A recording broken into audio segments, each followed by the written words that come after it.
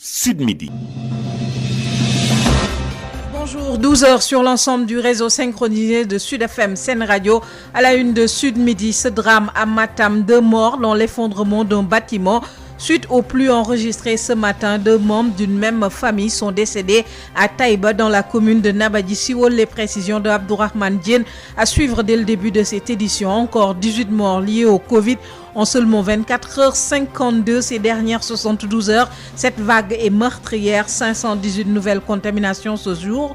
55 cas graves toujours en réanimation et plus de 30 000 nouvelles vaccinations. Le point à suivre dans ce 12 heures. Fraude au baccalauréat, fraude au visa des présumés auteurs vilipendés sur les réseaux sociaux, des faits devenus banals. Et pourtant, il s'agit de cybercriminalité, des faits sévèrement punis par la loi. La RADDHO dénonce de telles pratiques. Et puis en sport, décès de Samba Sarr, il sera inhumé ce lundi. La famille et les responsables de Tchossan, dans l'attente de l'autopsie, annonce une plainte. Les précisions à suivre dans la page sport avec El Hadj Malick Ndiaye, la page culture avec Amadou Moustapha Dian, la revue de presse avec Ndeye Mariam Ndiaye pour compléter Sud Midi, mise en onde par Hassan Thioub.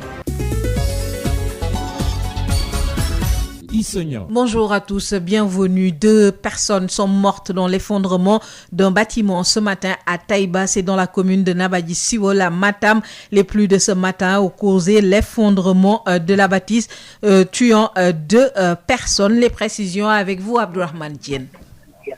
Tout à fait. Comme vous l'avez dit, les pluies de ce matin ont encore fait d'énormes dégâts matériels, en plus d'avoir causé la mort de 2 individus dans le village de Taïba, de la commune de Nabadji Siwol, département donc de Matam.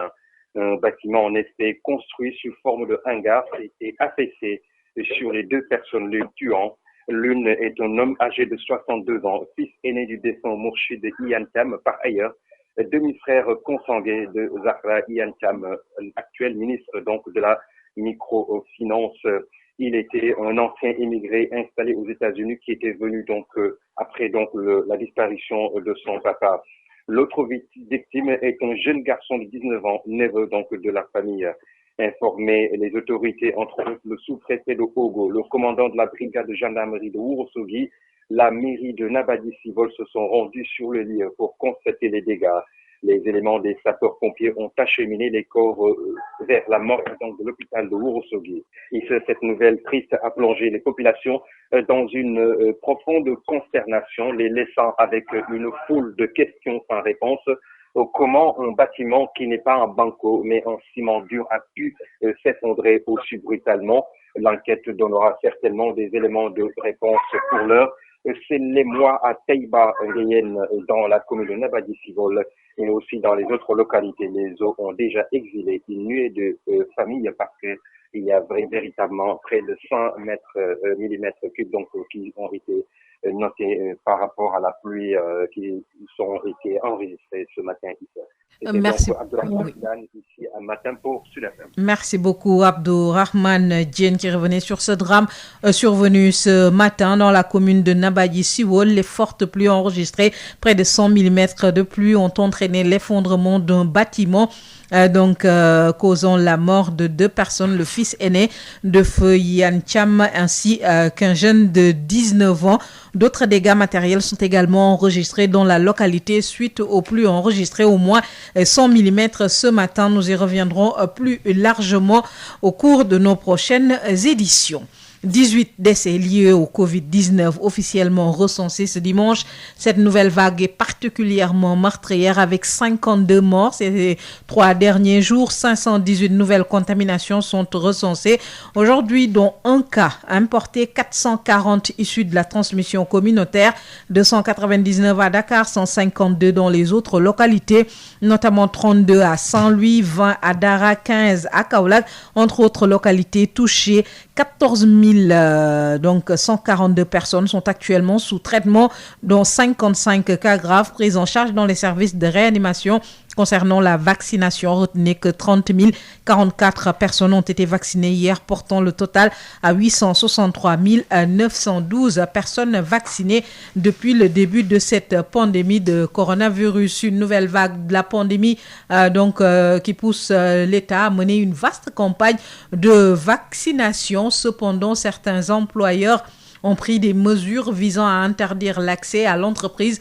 aux travailleurs qui ne se sont pas encore fait vacciner ou à conditionner le bénéfice de certains avantages à la présentation d'un carnet de vaccination. Le ministère du Travail, du Dialogue social et des relations avec les institutions a sorti une note d'information pour apporter des précisions destinées aux employeurs. L'état actuel de notre législation ne prévoit aucune disposition pour rendre obligatoire la vaccination.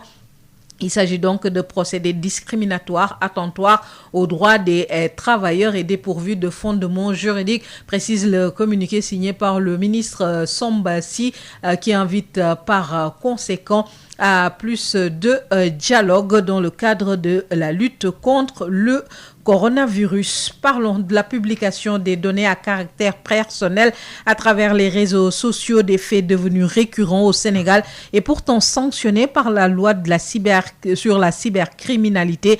Les auteurs ignorent ce qu'ils encourent, estiment certains internautes qui plaident pour une large sensibilisation. Ils regrettent ces dérives qui peuvent détruire toute une vie. Un reportage de Marie-Rosaline Ndiaye. La publication des données à caractère personnel à travers les réseaux sociaux sans le consentement de la personne concernée constitue une atteinte à la vie privée d'autrui et une infraction manifeste à la loi portant sur la protection des données à caractère personnel. Malgré cette disposition de la loi sur la cybercriminalité, les faits sont récurrents.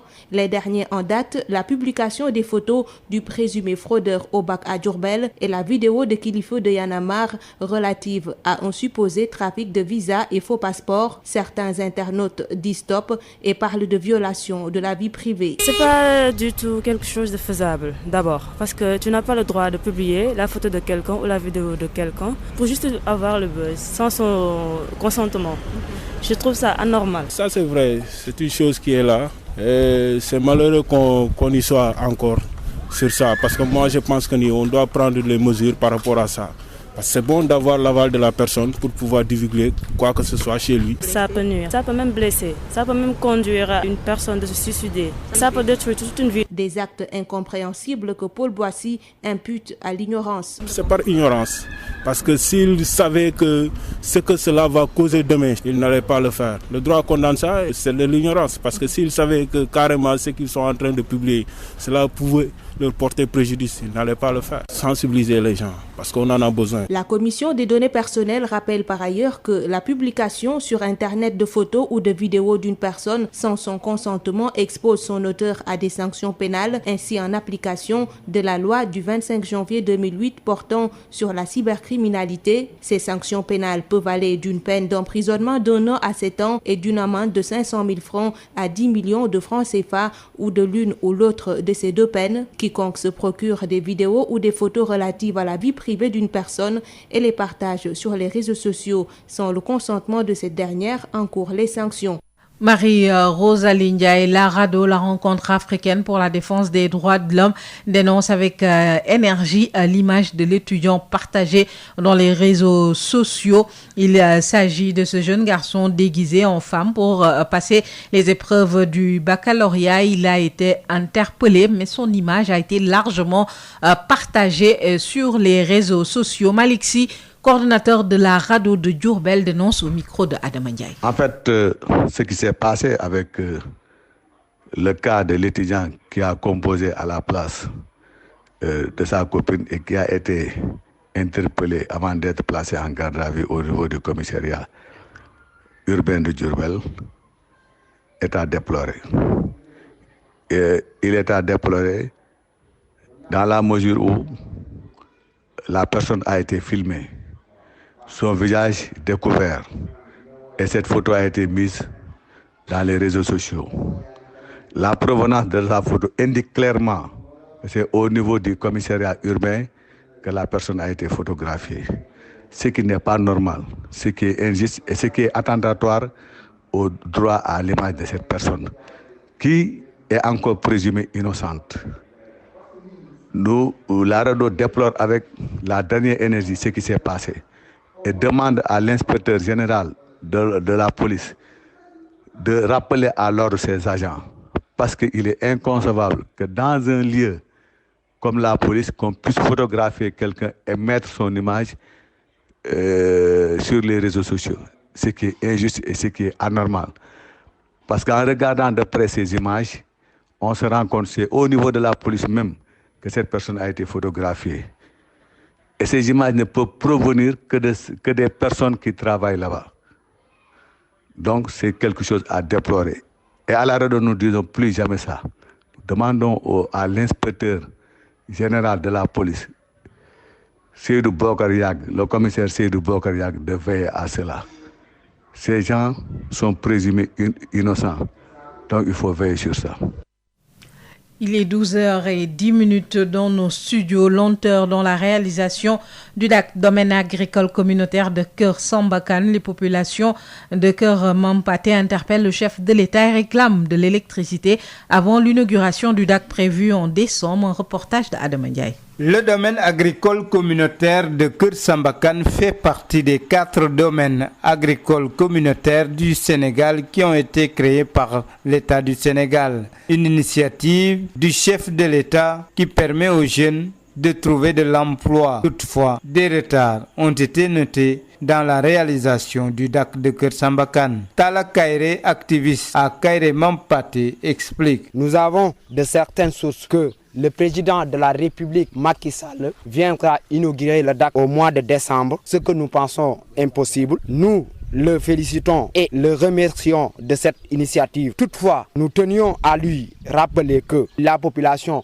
de Keur Sambakan n'ont pas bénéficié d'emplois durables et productifs. Ces populations veulent l'électrification de leur localité avant la tenue de la cérémonie d'inauguration du DAC. Nous exigeons avant sa venue l'électrification du village qui se trouve être non plus une demande sociale, mais une nécessité impérieuse. Pour le conseil municipal Cheikh Ndiaye, les délais de réalisation des travaux du DAC ne peuvent pas terminer avant décembre. Je pense que la priorité pour mettre en place un DAC adéquat et opérationnel, c'est l'eau. Or, on n'a pas vu un point d'eau commencer à être exploité. Il nous parle d'un transfert d'eau devant venir de Samgom. Vu toutes les promesses avancées par Mambayan, puis Nene Farmaratal et aujourd'hui par Malik Ndour, c'est lui qui fait le tour des plateaux pour faire du DAC de Keur Sambakan un outil politique. Mais ça ne passera pas. Le conseil municipal de Keur Sambakan juge légitime ces revendications liées aux lenteurs des travaux. Toutefois, le premier adjoint au maire de Keur Sambakan, Alassane Goura Diop, indique qu'il a reçu des promesses fermes de Malik Ndour, le coordonnateur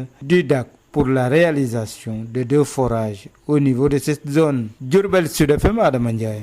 Adam Ndiaye, restons dans le secteur de l'agriculture pour parler de l'inquiétude dans le monde rural. À Ziguinchor, le déficit pluviométrique inquiète sérieusement le monde rural. Seuls 240 mm d'eau de pluie enregistrée à Ziguinchor depuis le début de l'hivernage. La région renoue cependant avec la pluie. Les précisions avec Ignace Ndeye. 240 mm, c'est la quantité d'eau de pluie recueillie à Ziguinchor depuis le début de l'hivernage, largement déficitaire comparé aux précédentes années. Un déficit pluviométrique à Ziguinchor en ce moment très patent et qui avait même fini d'inquiéter les paysans et autres agriculteurs. Mais ces dernières heures, l'espoir renaît petit à petit chez ces mêmes paysans avec le ciel qui a ouvert ses vannes. 54 mm d'eau de pluie tombée en début du week-end à Ziguinchor qui continue d'être arrosé ces dernières heures, tout comme à Bignona qui est pour l'heure la partie la plus arrosée de cette région.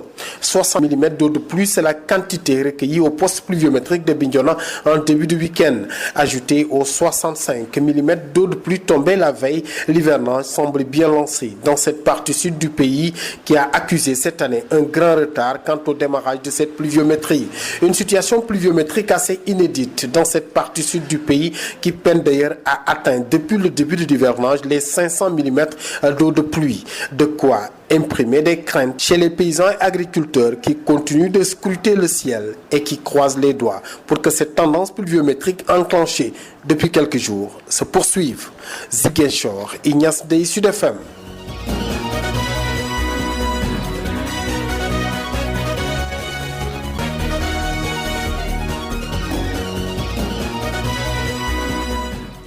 Nous parlons sport. El Hadj Malick Ndiaye, bonjour. Bonjour, c'est une actualité sportive que nous ouvrons par le décès de Samba Sarr, président du district de Pékin, décédé samedi dernier à l'hôpital Baïtal Diop de Pékin.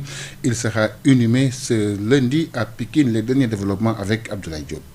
Samba Sarr, président de l'ASC Thiossane, rejoint sa dernière demeure ce lundi au cimetière de Pikine. Décédé ce samedi, l'inhumation a été retardée par une demande de l'autopsie de la part de la famille. Une mort qui n'est pas également du goût de l'ASC Thiossane de Pikine. Cette association sportive et culturelle a décidé de porter l'affaire devant les juridictions avec une plainte pour tirer cette mort au clair. Tout est parti d'une série de tiraillements et échauffourées au niveau de l'entrée du complexe culturel où devait se tenir une rencontre entre Maître Augustin Senghor, président sortant de la Fédération sénégalaise de football, et les acteurs du ballon rond de Pikine. Dans le cadre de ces tournées en vue de l'Assemblée générale élective de la FSF, Samba Sarr et d'autres personnes avaient été interdits d'accès au complexe. Interrogé quelques instants avant son décès, l'ex-désormais président du district de football de Pikine disait venir faire une déclaration devant Maître Augustin Senghor et les acteurs du football de Pikine. Samba Sarr a rendu l'âme suite à un malaise après son évacuation à l'hôpital. Justement, c'est à cause du décès de Samba Sarr que l'Assemblée générale élective de la Ligue de football professionnel qui était prévue hier dimanche a été reportée au mercredi 4 août prochain. Je rappelle que Mohamed Djibril Wade est le seul candidat pour la succession de Sayer Seck. Toujours nous parlons de l'Assemblée générale de la Fédération sénégalaise de football. Le changement et le renouveau sont les souhaits des populations rencontrées par Josette Kali dans ce reportage. Le bruit qu'il y a autour de l'Assemblée générale élective de la Fédération sénégalaise de football ne laisse pas indifférents ces amateurs qui, à l'unanimité, votent pour un renouveau. On doit changer de cap. Le Sénégal a besoin d'autres choses. Sérieusement. C'est bon de mettre du neuf dans toutes choses. Même à la maison, il arrive que le père de famille responsabilise les enfants. Vous voyez, notre football a connu 2 échecs, 2 Coupes d'Afrique et on n'a rien gagné. Donc il est temps de changer, de mettre de nouvelles têtes. Pour ce jeune, les derniers problèmes en rapport avec le manque d'infrastructures sportives, surtout celles du football, entachent le bilan de l'équipe sortante, d'où son envie de changement. Son bureau a fait des échecs par rapport à ces infrastructures qu'on attendait de lui. D'habitude, j'ai toujours écouté son discours, mais à aucun moment j'ai senti ce sujet-là sur les infrastructures, sur nos stades, etc. Bon, lui, il est tout le temps centré sur le coach, sur les joueurs, les compétitions, etc. Mais pour notre Sénégal, où est-ce qu'on en est au niveau du football? Ce monsieur exhorte les différents candidats à privilégier les intérêts du football national. Je crois qu'il est temps qu'il privilégie l'intérêt national. Si vous voyez ce qui se passe, chaque groupe tire de son côté. Et ce n'est pas comme ça. Il faut voir ce que les Sénégalais veulent. On ne peut pas échouer à maintes reprises et revenir pour son propre intérêt. Dans notre pays, il faut qu'on dépasse le fait que quelqu'un veuille rester à la tête d'une institution pendant des décennies. Ce n'est pas normal. Il faut mettre du sang neuf. Les amateurs de football suivent de près les informations sur l'élection à venir de la Fédération sénégalaise de football prévue le 7 août prochain. Pour rappel, Madi Touré et Augustin Senghor sont les seuls candidats. Josette Kali, nous parlons de basket avec la fédération qui informe que le coach des Lions, Boniface Ndong, qui fera face à la presse demain à 12h30 à Dakar Arena. Les Lions ont débuté leur stage de préparation le 29 juillet dernier. Les Lions prennent part à l'Afrobasket du 24 août au 5 septembre prochain à Kigali. Le Sénégal est dans la poule D avec le Soudan du Sud, l'Ouganda et le Cameroun. Chez les dames, elles débutent également leur préparation ce lundi à Maurice Ndiaye. Le Sénégal est logé dans la poule C avec l'Égypte et le Gabon. L'Afrobasket dames est prévu du 17 au 26 septembre prochain au Cameroun. Nous bouclons par les Jeux olympiques en athlétisme. Louis-François Mendy entre en lice demain. Le 7 août à Damadiata en lutte, début de la compétition. 5 athlètes sénégalais ont été éliminés dès le premier tour. C'est tout à dire pour cette page des sports. Merci beaucoup El Hadj Malick Ndiaye. Place à la page culture, c'est avec Amadou Moustapha Dia.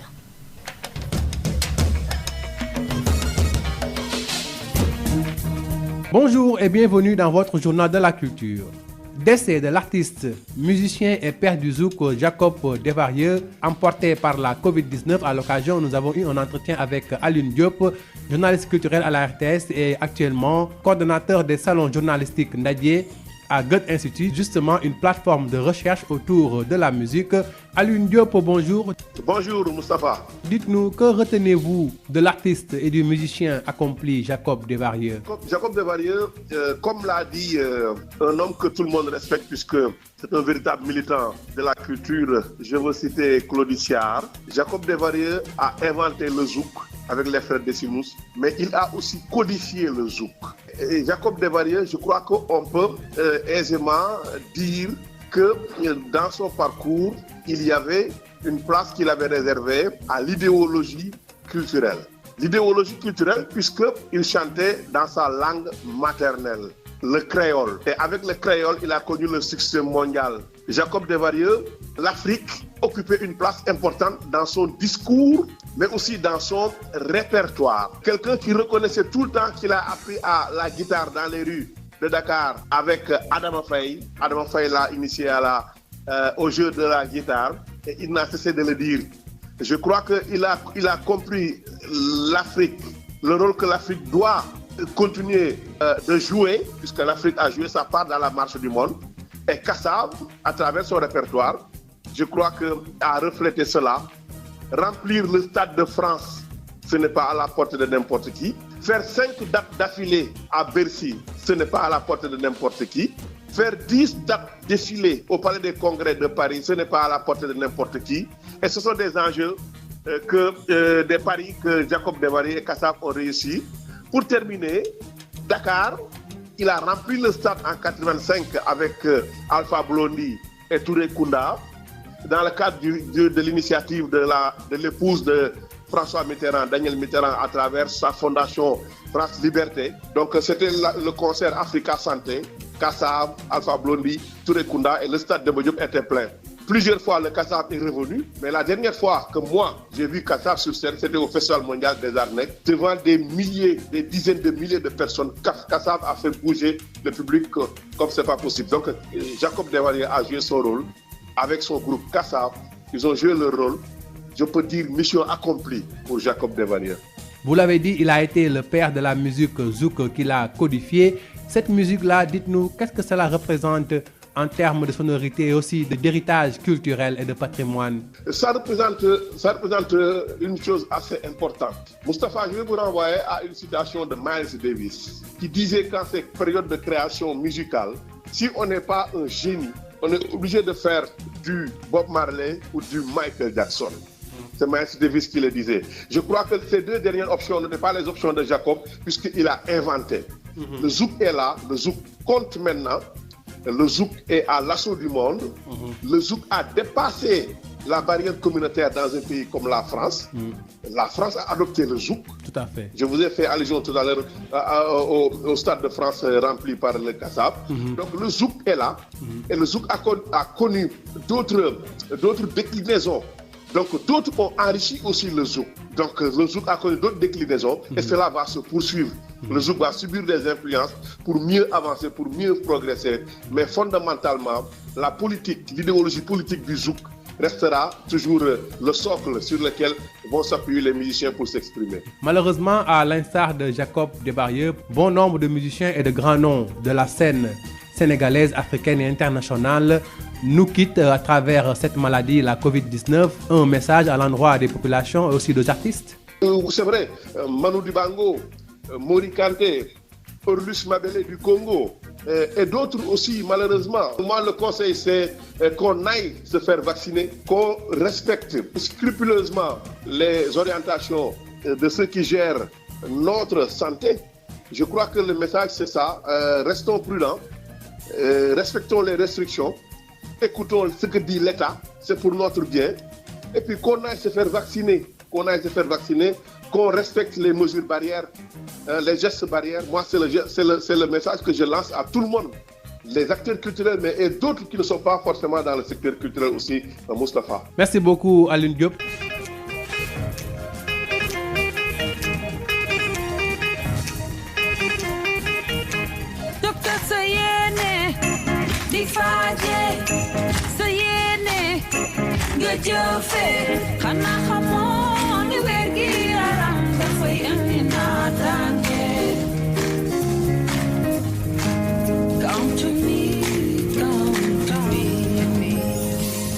Choula Ndiaye, artiste, chanteuse et chantre de la paix, nous revient avec Come to Me, un titre dédié aux soignants, un discours humaniste et de reconnaissance de l'artiste qui, au-delà de l'hommage rendu au personnel soignant, invite les populations à la riposte communautaire face au coronavirus et surtout aux variants dénommés Delta. Elle préconise la prise de conscience individuelle et collective pour lutter efficacement contre le variant Delta. Voici Choula Ndiaye. Comme tu dis, est une chanson que j'ai sortie pour participer, en tout cas à notre manière, à la sensibilisation sur l'importance de la santé pour le développement d'un pays. Un peu plus en bonne santé et un peu plus productif. Donc c'est un secteur qui a besoin d'être davantage soutenu de toutes les manières possibles parce qu'actuellement nous vivons une période de crise sanitaire sans précédent, vraiment qui est en train de perturber le monde et ça veut dire que ça n'épargne personne. Ce qui signifie qu'au niveau de nos pays, il est toujours nécessaire que les artistes quand même, autant qu'ils peuvent, ils peuvent utiliser leur outil qui est l'art pour passer des messages et participer vraiment à cette prise de conscience qui fait qu'on prend vraiment en compte le sacrifice, l'engagement et l'abnégation, en tout cas du personnel soignant, du travailleur social, du médecin, du chirurgien, pour le bien-être de l'individu. Ce qui est récurrent, c'est de toujours sensibiliser les populations à être plus vigilants. Le plus important, c'est de toujours rappeler qu'il faut maintenir cette attitude de vigilance. C'est la fin de votre journal de la culture. Merci de l'avoir suivi.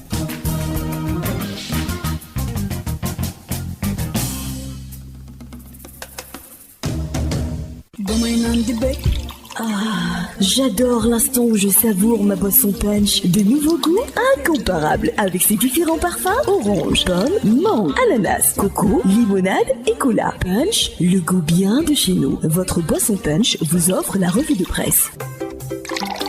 ndoxu waalo ndox mu neex saa yu ñu mare naan waalo la ñuy taamu dafa sel woyof te neex a naan ndoxu waalo moo baax si bépp xew fu mbooloo mi daje waalo mooy teraanga bi ñuy séddoo butel bi neexatee neex a yóbbaale te ñaar fukki dërëm rekk lay jaar ndoxu waalo. Établissement Mbaye et Frères nekk spécialiste ci lépp lu jëm ci tabax kër ngir mu mucc ayib te taaru lu ci mel ni aluminium pour bâtiment, fenêtre, porte ak protection, inox, fibrociment pour toiture. boo bëggee tabax lu mucc ayib matériaux yu baax te wóor ngay wut. Établissement Mbaye et Frères am na itam gamme rideau métallique, lame pleine, tube ondulé, fer forgé pour menuisier métallique yi, inox ngir seeni ouvrage balcon, profil d'aluminium ak vitrage, faux plafond BA13 ak gamme verre. te xam ngeen ne nawet bi yegsi na moo tax étanchéité bi lu fa am solo la. pour seeni commande mën ngeen woote ci établissement Mbaye et Frères ci HLM 1 avenue Cheikh Ahmadou Bamba 33 864 75 15 wala 78 598 17 17. ca établissement Mbaye et Frères ay ndaw yu xarañte mën seen liggéey ngeen di fa fekk ñu toppatoo leen ni ngeen ko bëggee. Sénégal premier équipement et machine ñu ko naan STEM ñëpp ràññee ko mu nekk ci domaine nu petite mécanisation bi nga xam ni moom mooy yombal képp ko xam ni da nga di baykat ak képp kuy liggéey mu indil ñu nag ay moissonneuse batteuse ci wàllu ceeb bi dañu daan sëgg nekk ci biir sonn lool mu daal di ñuy indil loolu nga xam ni moom moo di moissonneuse batteuse de riz. SPEM indil ñu machine bi bàcc gerte gi di séparer gerte gi ak ngooñ gi ñu koy wax batteuse d'arachide d'une capacité de 600 kg par heure. amit tamit machine décortiqueuse d'arachide moom mooy machine bi nga xam ni mooy xolli gerte gi jël gerte gi teg ko fii mu doon kemb ba noppi daal di jël xollit yi daal di koy tegee nële te it xollit yi mën ngeen ko jëriñoo waat. décortiqueuse d'arachide, désherbeuse multifonctionnelle, mini tracteur de 24 à 28 chevaux, remorque agricole, herse rotative, ak ay moteur 1115 yoo xam ni am na nag quantité bu doy ba noppi ñu yombal leen njëkk yi. SPEM day yëngu tamit ci production tricycle de marchandises ak tricycle de transport de passagers. Sénégal premier équipement luy objectif am participer ci loolu nga xam ni moom moo di jëm kanamu agriculture fii ci Sénégal ak ci Afrique yëpp noppal ñi nga xam ni ñoom ñoo di baykat yi woo leen ñu ci 77 724 91 91 wala 77 586 58 59 am nañu showroom ca Kaolack woo ñu ci 77 395 53 83 suñu showroom ba nekk Ross Béthio ci 78 530 50 32 suñu showroom ba nekk Kolda ci 78 173 03 84 wala 77 053 65 78 machallah Sénégal premier équipement et machine. Boisson Punch et l'eau minérale Wallo, les établissements Mbaye et Frères, SPEM Sénégal premier équipement et machine vous offrent la revue de presse. Ndeye Mariam Ndiaye. Mesdames et messieurs, bonjour. Plusieurs projets ont été initiés par l'État du Sénégal afin de faciliter le déplacement des usagers dans la capitale sénégalaise. Des projets certes bénéfiques pour les Dakarois, mais qui entravent sérieusement la mobilité des usagers. Aujourd'hui, dans Sud Quotidien, nos confrères nous proposent tout un dossier sur l'impact des travaux BRT, TER et autopont sur la mobilité à Dakar. Nos confrères se sont tout d'abord rendus au niveau du rond-point Keur Massar pour mesurer l'impact des travaux de l'autopont sur la mobilité. Au niveau de cette zone, les usagers et populations vivent le calvaire à cause des problèmes de mobilité urbaine au niveau de ce passage incontournable à Keur Massar, un désordre poussant piétons, marchands et automobilistes à se partager la chaussée et les trottoirs. Pour ce qui est du projet du bus rapide transit, cette initiative qui vise à désengorger la capitale et de diminuer les embouteillages, mais pour le moment, c'est un véritable calvaire que vivent les usagers et transporteurs sur ce tronçon qui s'attendent encore au pire, surtout en cette période d'hivernage. Un grand dossier à lire dans le journal Sud Quotidien et l'on reste avec nos confrères. Et c'est pour parler du coronavirus. Depuis son apparition en 2019, le virus de la Covid-19 a perturbé de manière drastique l'économie mondiale et beaucoup de pays sont dans une situation économique difficile. L'invité de l'émission Objection sur Sud FM, Mohamed Dia, économiste et consultant bancaire, appelle l'État à travailler main dans la main avec les banques et également à investir dans le domaine des infrastructures afin de sauver l'économie du Sénégal. Selon lui, notre économie a besoin d'une transformation structurelle complètement parce qu'on ne peut pas avoir une économie avec 400 000 salariés et tout le reste c'est de l'informel. Cela pose problème, notamment avec 150 000 dans le public et 250 000 au privé, donc ça donne 400 000 salariés. Et pour ce qui est du secteur informel, c'est très difficile d'assister ce secteur en termes de financement, ajoute Mohamed Dia. Et il continue par dire que c'est parce que les banques ne prennent pas trop de risques en Afrique, elles sont trop conservatrices. Et sur ce, c'est l'État qui doit imposer à ces banques d'octroyer 1% de leur budget aux PME et PMI. Et il faut aussi que les banques acceptent de prendre un peu de risque, qu'elles ne cherchent pas trop de 100% de garantie, soit 50% suffirait. Et toujours concernant le coronavirus, nos confrères de Critique nous font le point du Covid-19 avec le nombre de décès qui ne cesse d'augmenter. Nos confrères nous parlent de 1367 décès au décompte macabre et ce week-end, Delta a fait 34 morts. C'est pourquoi dans le journal Vox Populi, nos confrères nous parlent d'hécatombe car en 48 heures, 34 morts ont été dénombrés. Et parmi ces morts, nos confrères du journal Le Mandat nous précisent qu'il y a 7 jeunes. Et c'est une révélation du docteur Babacar Niang. Dans le journal Rewmi Quotidien, nos confrères reprennent ses propos car il s'est aussi prononcé sur le business dans les centres de traitement de Covid et il a déclaré que du matériel médical est vendu aux cliniques privées. Nos confrères de Direct News nous rapportent également les troublantes révélations du docteur Niang qui donc parle de détournement du matériel sanitaire du public, de l'oxygène vendu aux malades en détresse. C'est pourquoi il trouve qu'il faut créer un cadre indépendant, un plateau scientifique de gens qui n'ont peur de rien et qui donnent les bonnes informations à nos autorités. Bougane Gueye Dany lui aussi interpelle le chef de l'État Macky Sall concernant le corona business, le discours populiste mais aussi sur sur la corruption. Dans l'I quotidien, nos confrères nous indiquent que le président du mouvement Gëm Sa Bopp a adressé une lettre ouverte au président de la République, une note dans laquelle le patron de D-Média a posé une série de questions au chef de l'État. Le chef de l'État Macky Sall n'a pas encore répondu, mais dans le journal Les Échos, c'est Abdou Mbow, le premier vice-président de l'Assemblée nationale, qui contre-attaque et charge l'opposition. Selon lui, dire que le président Macky Sall est le responsable de la troisième vague est une fable politicienne. Il continue aussi par dire qu'affirmer que les 1000 milliards ont été détournés des circuits de santé relève de la vulgaire démagogie. Et sur ce point, il pointe Ousmane Sonko, qui selon lui a une fâcheuse habitude d'accuser le chef de l'État Macky Sall, et cette habitude, c'est une seconde nature chez lui. La visite de Maître Augustin Senghor à Pikine vire au drame. Nos confrères du journal L'Info nous indiquent que le président de l'ASC Thiossane, hostile au consensus, a été malmené par le préposé à la sécurité qui avait reçu l'ordre de ne pas le laisser entrer. Samba Sarr a donc piqué une crise et est mort sur le coup. Sa famille exige une autopsie pour déterminer les causes exactes de sa mort. Le secrétaire général de l'ASC Thiossane annonce une plainte contre l'ODCAV de Pikine. Dans le journal 24 heures, nos confrères nous indiquent aussi que Pikine accuse, après le décès du président de l'ASC Thiossane, c'est le consensus qui a tué Samba Sarr, accuse Pikine, et nos confrères de se demander si le football sénégalais a besoin de verser du sang pour dérouler le tapis vert à un semblant de consensus. Terminons par nos confrères du journal Libération qui nous informe que le tueur de la dame Lobendiaï est enfin connu. C'est un féticheur malien qui s'appelle Amidou Sidibé. Ce dernier donc s'est saisi d'un pilon avant de lui asséner plusieurs coups sur la tête. Il évoque une séance de prière qui aurait mal tourné, et nos confrères nous indiquent que la piste d'un sacrifice humain n'est pas à écarter. Impliqué dans le transport du cadavre, Awa Sow, ami de Lobendiaï, prétend que c'est une chèvre sacrifiée qui était dans la malle de la voiture de Daha Soumaré, le taximan à tout faire du féticheur. Tout ce beau monde est actuellement derrière les barreaux. C'est tout à vos journaux et très bonne lecture. Ah, j'adore l'instant où je savoure ma boisson punch. De nouveaux goûts incomparables avec ses différents parfums: orange, pomme, mangue, ananas, coco, limonade et cola. Punch, le goût bien de chez nous. Votre boisson punch vous offre la revue de presse. ndoxu waalo ndox mu neex saa yu ñu mare naan waalo la ñuy taamu dafa sel woyof te neex a naan ndoxu waalo moo baax si bépp xew fu mbooloo mi daje waalo mooy teraanga bi ñuy séddoo butel bi neexatee neex a yóbbaale te ñaar fukki dërëm rekk lay jaar ndoxu waalo.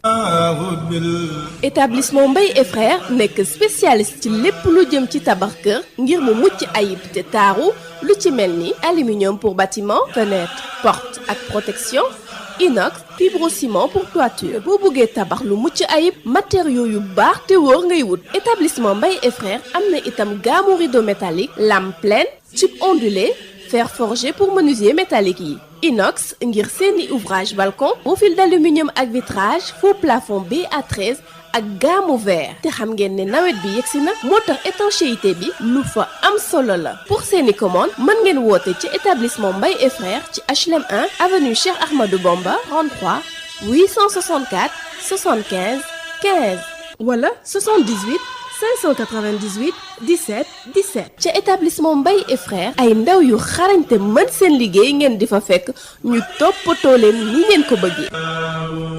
Sénégal premier équipement et machine ñu ko naan SPEM ñëpp ràññee ko mu nekk ci domaine nu petite mécanisation bi nga xam ni moom mooy yombal képp ko xam ni da nga di baykat ak képp kuy liggéey. mu indil ñu nag ay moissonneuse batteuse ci wàllu ceeb bi dañu daan sëgg nekk ci biir sonn lool mu daal di ñuy indil loolu nga xam ni moom moo di moissonneuse batteuse de riz. SPEM indil ñu machine bi bàcc gerte gi di séparer gerte gi ak ngooñ gi ñu koy wax batteuse d'arachide d'une capacité de 600 kg par heure.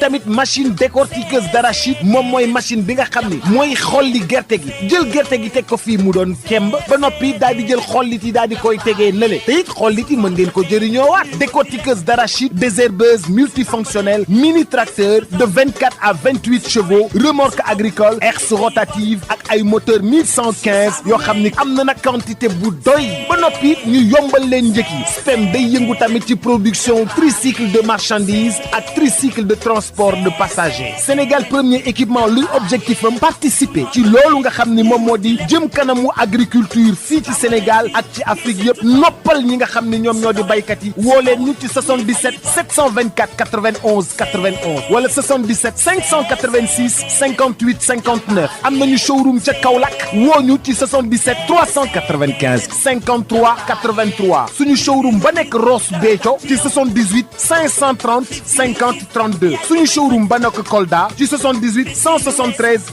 03 84 wala 77 053 65 78 machallah Sénégal premier équipement et machine. Les boissons Punch et l'eau minérale Wallo. Les établissements Mbaye et Frères, SPEM Sénégal premier équipement et machine vous ont offert la revue de presse. Issegnan.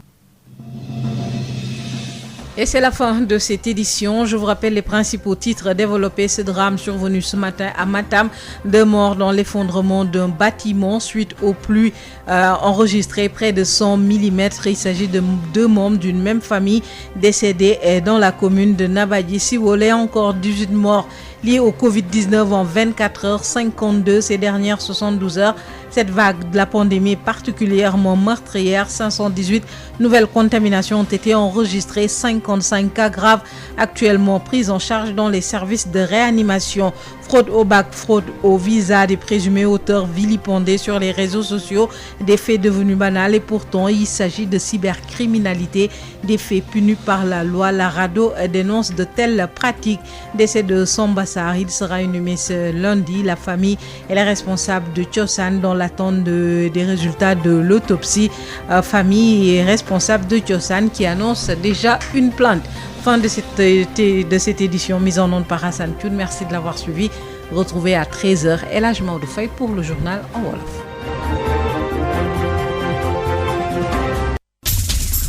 Lorsque les autres visent Dakar, nous allons plus loin. Sud FM vous installe au cœur du Sénégal. Toute la différence est là, sur Sud FM.